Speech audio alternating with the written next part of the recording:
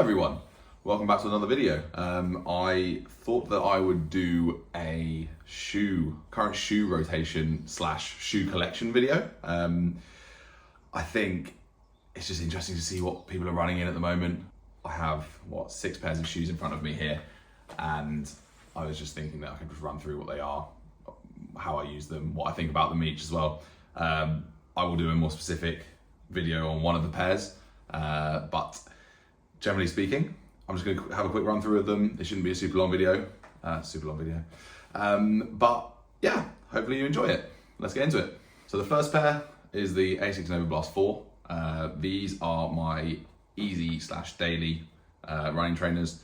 So basically just all of the slow, easy recovery runs, anything ploddy, all of that kind of stuff. They were, I think, £130 from ASICS. The Nova Blast 5s are out now, which I've heard are even better. Well, in certain ways anyway. I got them in white, being the smart man that I am in England in the winter. But they held up pretty well so far. I've washed them a couple of times, as you can see. But they haven't come out too bad. They're really understated. I really like them. They're so comfortable. They are just so good for the easy miles. I did get a stone caught. I don't know if you can see there on the bottom, there's a big hole. I found a stone that was lodged in there in the soft foam, but just pulled that out and it seems to have caused no problems. But yeah, no, these are absolutely brilliant. Can't recommend the Nova Blast enough. I think I recommended them to 3 or 4 people, and they all love them as well. They are just so good for those daily easy miles and everything like that. So yeah, absolutely recommend these for easy runs. If you can pick up the Nova Blast 4s on a deal, I don't think there's going to be too much difference between these and the Nova Blast 5s. That's just based on the normal way that they kind of upgrade shoes.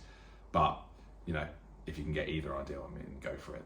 They're awesome shoes, so absolutely recommend these. But yeah, easy daily running shoes, ASICS Nova Blast 4. Next pair, Saucony Endorphin Speed 3s. I've actually had these for a good few years. I barely ran in them when I first got them.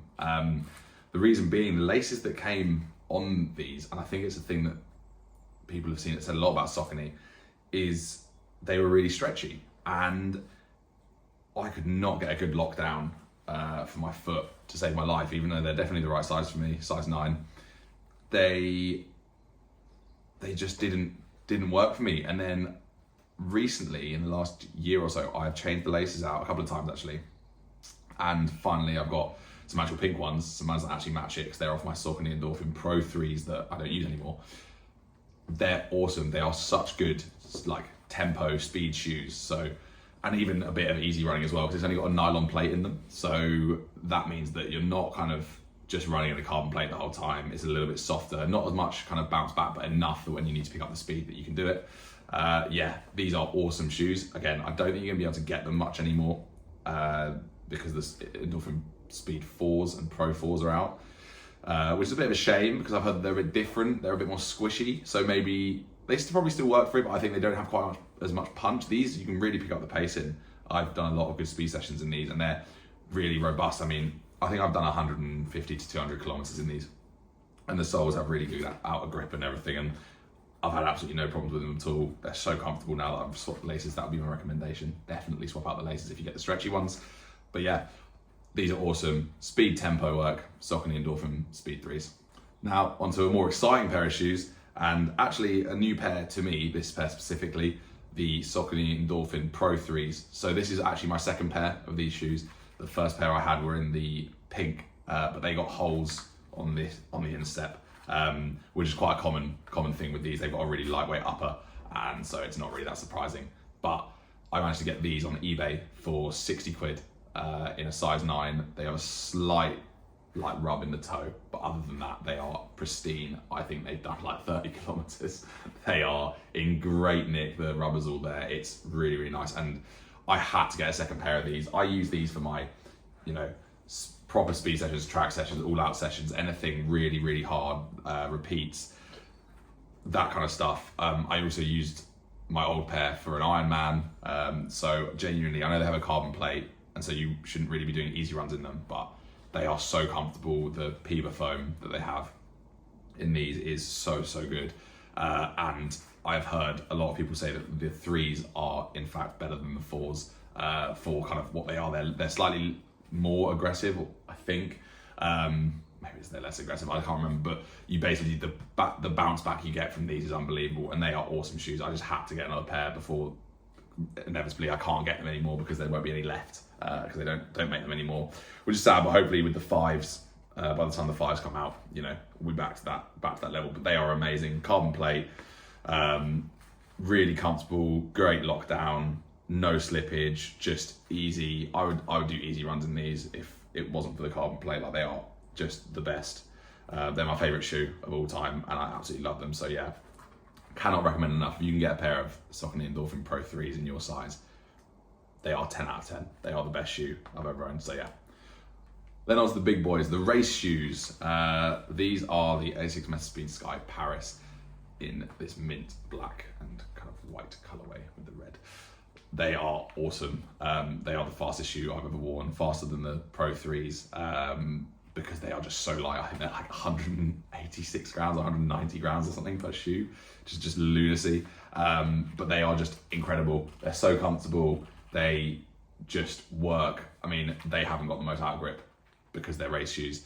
I wouldn't recommend wearing these in the winter on icy conditions or anything like that, but for races, these are my race shoes for my upcoming half marathon, Hampton Court half, and then my full marathon at Edinburgh in May. So yeah, genuinely could not recommend these more if I tried as an out and out shoe. You can get them when they release new colorways. They're quite hard to get hold of, but when they release new colorways, they normally have a full range of sizes, so you should be able to get one then. That's what I had to do with these. I wanted actually a white pair, but actually in person I love these, so really down.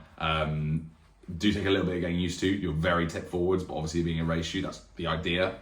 Mid to 4 foot strikers, definitely better. As you can see, there is absolutely no cover on this heel, so if you're a prominent heel striker, I probably would look at something else, probably the Saucony Endorphins. They're just going to give you a bit more protection, but yeah, mid to 4 foot strikers, you'll absolutely love these shoes. They are amazing, so light, so incredible, so fast. I barring an injury, I should be able to PB in these for every single distance, 5K all the way up to marathon. They will do it all. They're so light, very, very agile. Absolutely love them. Again, 10 out of 10, but will remain to be seen how we do for the sub 130 half and the sub 320 full marathon. But yeah, ASICS Meta Speed Sky Paris, awesome shoes, and see how it goes.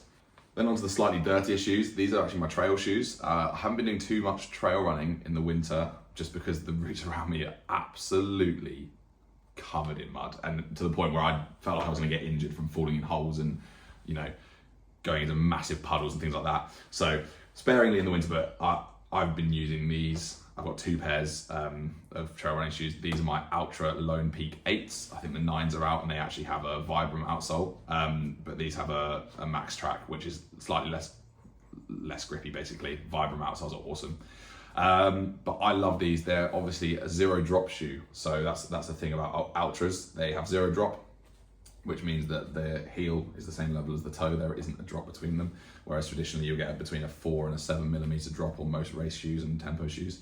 And yeah, they're great for anything up to about 15 kilometers on trails. Awesome. They're so comfortable. Your toe, massive wide toe box, so you can spread your toes out, which sounds ridiculous, but it's so much more comfortable. It's much more proprioception that you can get back from your feet, and it means that you're a lot more stable, less likely to get injured. All of these things, I really recommend them for kind of trail running, you know, between, well, 0 up to about 15 kilometers.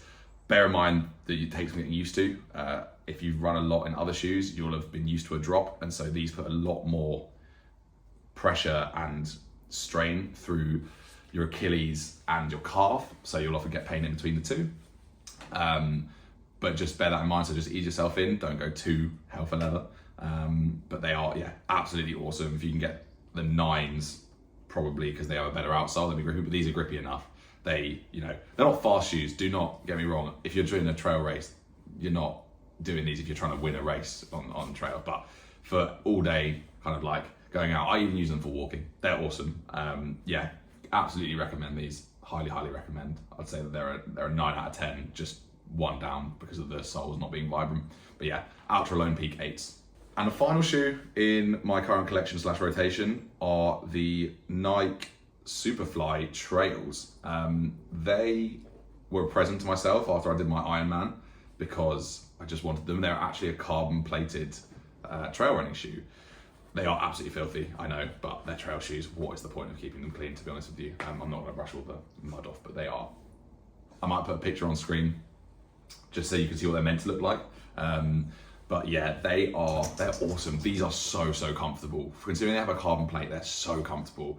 And I wore them for my ultra marathon, 50 kilometers in Surrey Hills, and literally no pain at all, no rubbing, no blisters. They've got a nice wide toe box. They are such good shoes, and they're about to release the second version, which means a lot of these are on sale for a lot. So if you're really into your trail running and you want a Vibram outsole, there's still got a good amount of grip considering the amount I've used them. I've probably done, 400 kilometers, 300 kilometers in these. They are, such good shoes. If you can get them for anything around £120, so worth it. They are just awesome. Seem to last really well as well. I've absolutely loved them, and I kind of can't wait to get back out in them now that it's dried up a bit. I will definitely be getting out and doing some trail runs in these. But yeah, the Nike Superfly Trails, big 9 out of 10 again, but absolutely love them. So that's it. That is all of my current running shoes that I'm using. I do have other pairs, but they're kind of, I would say, retired. I haven't used them so much recently, and I found some, I've run through, like my old pair of Pro 3s, for example. You just wear through them, and it's important to replace those because it can be really easy just to be like, oh no, it's fine, they still work for me. I had a friend, Don, if you're watching this, shout out you, who ran about 1,300 kilometers in a pair of Speed 3s. And he was like, well, they're still kind of okay, they just haven't got much of a pop. And I was like, you really should get some new ones. That plate must be absolutely warped by this point, just not giving back at all. And so he actually went out and got some new shoes. So I think it's important because you're risking injury at that point. They're not designed to be used for that kind of distance. Even if they kind of look okay, I don't think it's necessarily a great idea to run shoes over 1,000 kilometers. But, to each their own, that'd be my recommendation. But yeah, hope you enjoyed the video. If you did, please like and subscribe because it really helps out the channel if you do that for me. Let me know in the comments the running shoe rotations you're currently using. I can go into more depth on any of these shoes if people want a full review. I will definitely do one on the Meta Speed Sky Paris, a more in-depth review. I did one earlier on my channel, but that was ages ago when I first got them. I'm going to do, I think, a review soon just to revamp that and revisit it now. And then I could do a review on the Ultrafly Trails. I think I called them Superfly Trails for the actual review part. I'll asterisk that in. But yeah, they are awesome as well. So I will continue to do little reviews and stuff like that, just keeping it interesting.